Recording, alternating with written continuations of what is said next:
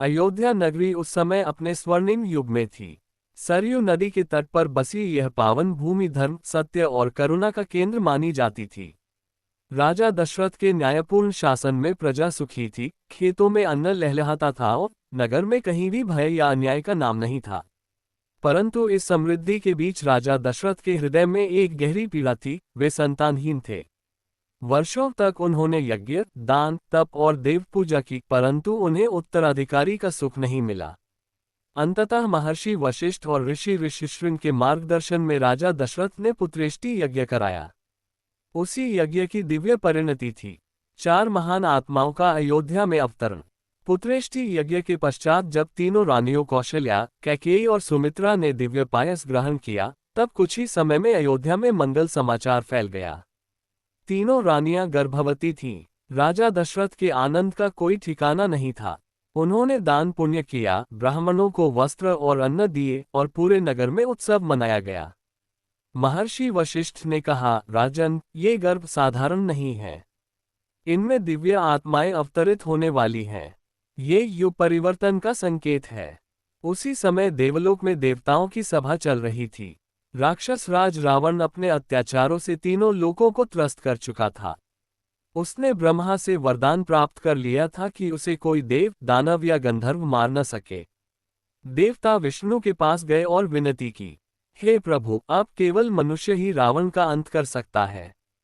भगवान विष्णु ने गंभीर स्वर में कहा, मैं मनुष्य रूप में जन्म लूंगा, धर्म की स्थापना करूंगा और अधर्म का नाश करूंगा।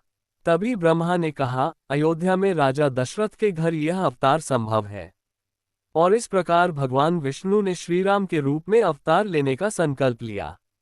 समय बीतता गया। चैत्र मास आया। शुक्ल पक्ष की नवमी तिथि थी। आकाश निर्मल था, दिशाएं शांत थीं और सरयू का जल दिव्यता से भर उठा था। दोपहर का समय था। ग्रह नक्षत्र अपने श्रेष्ठ स्थान पर थे। पुनर्वसु नक्षत्र, कर्क लग्न और अभिजीत मुहूर्त सभी शुभ संकेत दे रहे थे। महर्षि वशिष्ठ ने आकाश देखकर कहा, आज स्वयं नारायण पृथ्वी पर अवतरित होंगे। जैसे ही शुभ मुहूर्त आया, अयोध्या के राजमहल में दिव्य प्रकाश फैल गया। रानी कौशल्या के कक्ष में अद्भुत शांति और तेज था। उसी क्षण भगवान विष्णु ने 4 भुजाओं वाले दिव्य रूप में प्रकट होकर कौशल्या को दर्शन दिए। उन्होंने कहा, हे माता, मैं आपके गर्भ से जन्म लेकर इस धरती पर धर्म की रक्षा करूंगा। क्षण भर बाद वही दिव्य स्वरूप एक नवजात शिशु में परिवर्तित हो गया। भगवान श्रीराम का जन्म हो चुका था। पूरा अयोध्या हर्ष से गूंज उठा। आकाश से पुष्प वर्षा होने लगी। देवताओं ने नगाड़े बजाए, अप्सराएं नृत्य करने लगीं। उसी दिन रानी कैकेयी के गर्भ से भरत का जन्म हुआ। रानी सुमित्रा से लक्ष्मण और शत्रुघ्न ने जन्म लिया। चारों बालक दिव्य तेज से युक्त थे। महर्षि वशिष्ठ ने नामकरण करते हुए कहा, कौशल्या पुत्र का नाम राम होगा जो समस्त संसार को आनंद देगा। कैकेयी पुत्र भरत कहलाएगा जो धर्म का भार उठाएगा। सुमित्रा के पुत्र होंगे लक्ष्मण जो राम के सहचर होंगे और शत्रुघ्न जो अधर्म का नाश करेंगे। राजा दशरथ आनंद से विह्वल हो गए। उन्होंने घोषणा की, आज अयोध्या में कोई दुखी नहीं रहेगा। कैदियों को मुक्त किया गया, गरीबों को दान मिला, मंदिरों में दीप जले, घर घर उत्सव मनाया गया। अयोध्या स्वर्ग के समान प्रतीत होने लगी। श्रीराम बचपन से ही विलक्षण थे। वे शांत, सौम्य और करुणामय थे। उनकी मुस्कान मन को शांति देती थी। लक्ष्मण सदा उनके साथ रहते। कहा जाता है कि जब राम रोते थे तो पूरा महल व्याकुल हो जाता था, और जब मुस्कुराते थे तो मानो सूर्य उदय हो जाता था। कुछ वर्ष बाद चारों भाइयों की शिक्षा आरंभ हुई। गुरु वशिष्ठ ने उन्हें वेद, शास्त्र, नीति, धनुर्विद्या, राजधर्म की शिक्षा दी।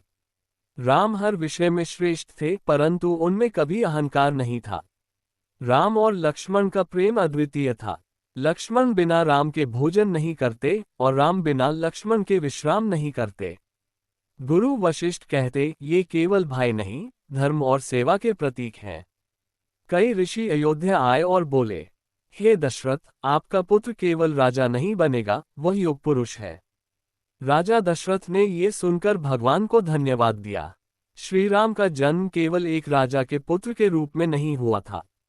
वे मर्यादा के प्रतीक, आदर्श पुत्र, आदर्श भाई आदर्श राजा बनने के लिए अवतरित हुए थे।